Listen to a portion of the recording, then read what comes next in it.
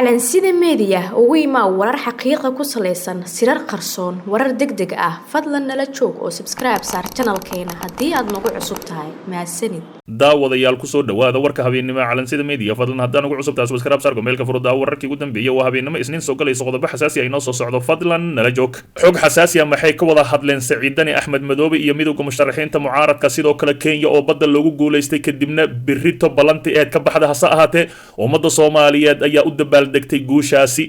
aan ku horeeyay golaha midowga musharaxiinta iyo madaxweynayaasha dowladda Puntland iyo Jubbaland ayaa axadda oo maanta ahi waxa ay ku shireen magaalada caasimadda ee Muqdisho iyada oo aan wali laga heshiinin doorashooyinka dalka sanadka 2020 la filayo inay ka dhacdo dalka kulankani oo si weyn u gilgila filla Soomaaliya ayaa si rasmi ah waxay uga hadleen arrimaha doorashooyinka iyo kulanka la filayo in xalana uu ka dhaco kulankan oo ku qabsoomay gudaha xirada xalane waxaa lagu gorfeynayay xaaladihii u dambeeyay doorashooyinka si gaar ahi khilaafka ka taagan qabsoomida doorashooyinka xor oo xalaal ahi loona dhan yahay isla markaasina farmaajo sida meelaha uu ku dhagan yahay loogu soo fujin lahaa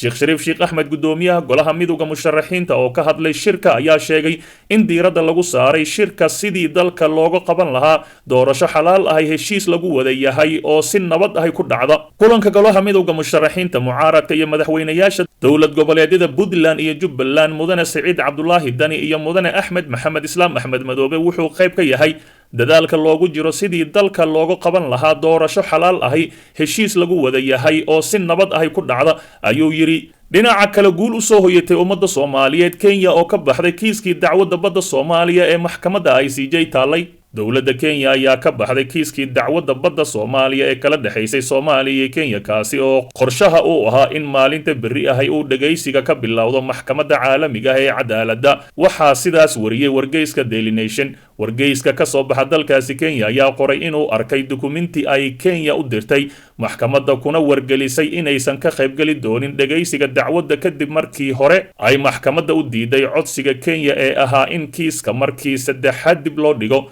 warbaahinta Daily Nation ayaa lagu sheegay in Kenya ay maxkamadda ku eedeysay inay u xaglinayso Soomaaliya isla markaasina aysan diyaar u ahayn inay aqbasho codsiga Kenya ee ahaa in kiiska dib loo dhigo sabab la xiriira cudurka caabuqa 19 xeer ilaaliyaha guud ee dalkaasi Kenya Kihara ayaa go'aanka Kenya u gudbiyay maxkamadda cadaaladda 11 bishan Maarso Kenya waxay jeceshahay inay maxkamadda ku wargeliso inaysan ka qaybgali doonin dhageysiga ee la jadwaleeyay 15 Maarso ayuu xeer ilaaliyaha Kihara ku yiri warqadda uu qoray Kihara ayaa warqadda ku sheegay in cudurka caabuqa 19 dartiis aysan Kenya awood u yeelan inay sidii loo baahnaa ugu diyaar garowdo kiiskii isla markaasina cudurka uu yimid markii Kenya ay qoratay koox cusub oo qareeno ahi sababtaas darteed Kenya iyo kooxdeeda sharciga waxaa loo diiday fursadda ay ku sameeyaan diyaar garowga lagama maarmaanka ahi ayuu Kihara ku yiri warqadiisa oo loo gudbiyay diiwaangelinta maxkamadda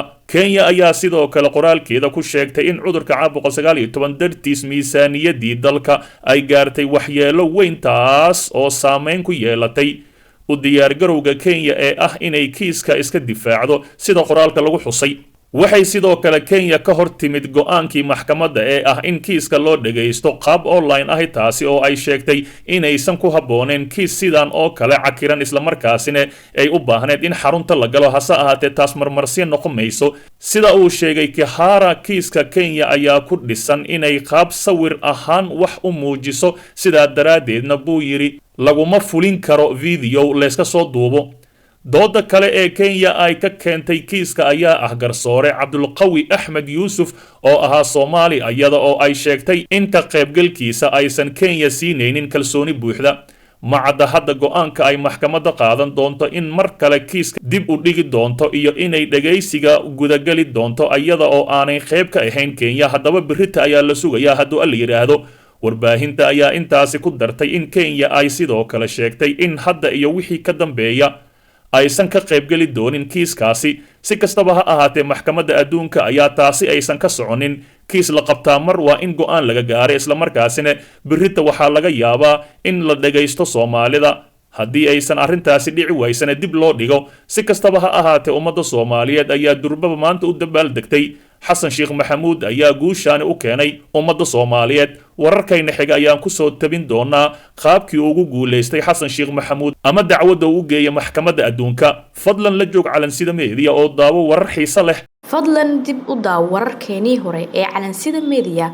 xog xasaasi Axmed Madoobe cabsi weyn soo wajahday isla markaasina ilaalo dheeraad ah la geeyay gurigiisa. ciidamo dheeraad ah oo la geeyay hoyga Axmed Madoobe uu ka degan yahay xalana isla markaasina wararkii ugu dambeeyay ayaa ka soo baxaya maadaama laga yaabo farmaajo in maskaxdiisa isbedesho kadibna uu weeraro. ammaanka madaxweynaha maamulka Jubbaland Axmed Maxamed Islaam Axmed Madoobe ayaa si aad ah loo adkeeyay shalay ilaa xalay sida ay xaqiijiyeen saraakiil ku dhow Axmed Madoobe. ciidanka AMISOM gaar ahaan sector 1 oo ah ciidanka Uganda ee ku sugan garoonka diyaaradaha ee magaalada Muqdisho ayaa ilaalo gaar ah ka haya guriga Axmed Madoobe iyo aaga uu ku dhow. wararka ay heshay warbaahinta ayaa sheegaya in ciidankii la joogay Axmed Madoobe ee AMISOM lagu soo kordhiyay ciidan kale oo gaaraya 30 ilaa 50 askari. sidoo kale waxaa la joogo ciidankiisi gaarka ahaa inkastoo mas'uuliyadda amnigiisa ay saaran tahay midowga Afrika ee AMISOM. arrintan ayaa timid kadib markii garoonka la isugu geeyay ciidan kala duwan oo ka socday dowladda iyo mucaaradka, taas oo qalqal gelisay ammaanka garoonka isla markaasina sababtay in Axmed Madoobe uusan ka qayb gelin aaska iyo janaasadii madaxweynihii hore ee Soomaaliya Cali Mahdi Maxamed. waxaa sidoo kale jirta cabsi ah inay suuragal tahay in ciidanka dowladda ay weeraraan Axmed Madoobe ayaga oo isku dayaya inay soo qabtaan, inkastoo tani ay u muuqato mid laga badbaadiyay inkastoo ammaankiisa ay mas'uuliyadda qaadatay beesha caalamka. kala shaki iyo cabsi weyn ayaa u dhaxaysa madaxda Soomaaliya gaar ahaan maamul goboleedyada qaar mucaaradka iyo mas'uuliyiinta dowladda Soomaaliya kuwaasi oo isku fahmi la hanaanka doorashada ee Soomaaliya. si kastaba ha ahaatee manaxayaasha ku jiro fila Soomaaliya Fahad Yaasiin iyo Farmaajo waa laga filan karaa inay weerar culus ku qaadaan ama ay soo qabtaan Axmed Madoobe. hase ahaatee ciidamadiisa gaarka ah ayuu wataa. ciidamada AMISOM ayaa sidoo kale la soo dhoobay. beesha caalamka iyo AMISOM ayaa mas'uuliyad iska saartay inay ammaankiisa ilaaliso. dhinaca kale gudoomiyaha aqalka sare oo la kulmay safiiradda Ingiriiska ee Soomaaliya. gudoomiyaha aqalka sare baarlamaanka federaalka Soomaaliya Senator Cabdi Xaashi Cabdullaahi ayaa kulan gaar ah la qaatay safiirka cusub ee dowladda Ingiriiska u fadhin doona Soomaaliya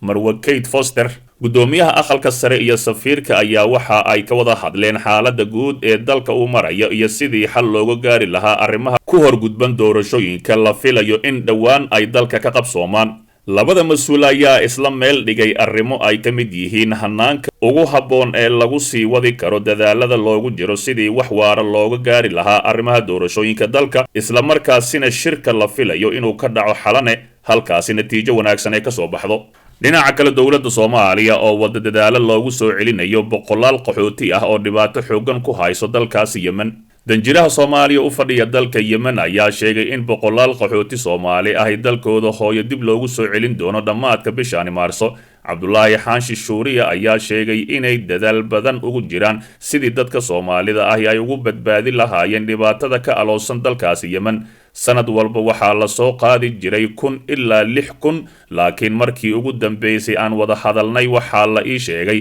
in bishan Maarso aan ku jirno bartamaheeda la bilaabi doono oo dalka dib loogu soo celin doono dadka Soomaali ah, ayuu yiri safiir Cabdullaahi Xaashi. Yemen ayaa sanadihii ugu dambeeyay waxaa ka jira colaad sokeeye oo meelaha qaar dadku ay wajahayaan xaalado culus iyadoo dadka halkaasi qaxootiga ku ahne ay xaaladaasi adag u sii nugul yihiin. toddobaadkii hore 10 qof ayaa ku dhintay xero lagu hayo dad muhaajiriin ah oo ay Soomaali ku jirto kadib markii ay isku dhaceen ciidamada gacanta ku hayay ee Xuutiyiinta isla markaasina la arkayay dad gubanaya. si kastaba ha ahaatee safiirka ayaa sheegay Soomaalida halkaasi ku go'doosan in dib loogu soo celin doono dalkooda hooyo. dhagaystow ogow haddaadan halka qayb ka noqon waxaad qayb ka tahay dhibaatada dalka.